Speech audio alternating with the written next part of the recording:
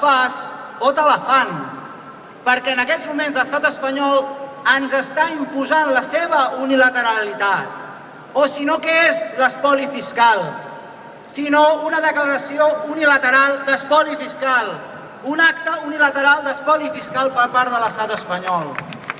Què és si no això? Què és si no acabar amb la immersió lingüística a l'escola del nostre país, sinó una declaració unilateral per part de l'estat espanyol?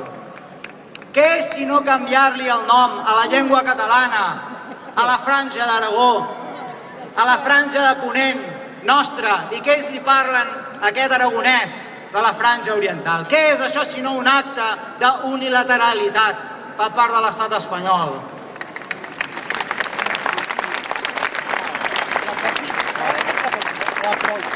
Què és si no la llei Wert que ara imposaran per posar encara més dificultat l'escola catalana i donar-li l'estocada de mort a la immersió lingüística?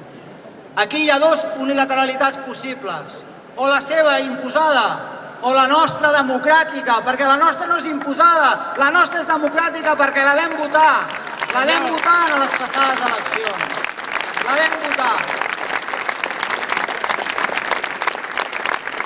Avui hi ha una majoria absolutíssima de vots i de diputats en el Parlament de Catalunya que es van presentar amb un programa que deia Estat català, que van anar amb aquest projecte polític després de la gran manifestació de l'11 de setembre a les eleccions, que eren les plebiscitàries, que no ens vulguin marejar, que aquelles eren les plebiscitàries amb un projecte d'estat català. Doncs que compleixin d'una vegada per totes, que compleixin d'una vegada per totes. Això és el que avui els estem dient aquí a la plaça Sant Jaume, que compleixin.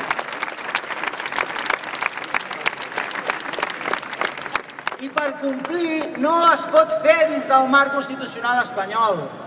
No podran a través d'una consulta que necessita l'autorització de l'estat espanyol, ni de declaracions de sobirania, ni de comissions d'estudi, ni de declaracions, ni de resolucions. No podran fer-ho. Si l'altre dia la presidenta del Parlament ens deia és que hem aprovat ja 10 resolucions a favor del dret de decidir i ves per on ara han anat a per l'última. Això no és el preocupant, que hagin anat a per aquesta última. El preocupant és que hagin aprovat 10 resolucions pel dret de decidir i encara no haguem decidit res. Això és el que és preocupant.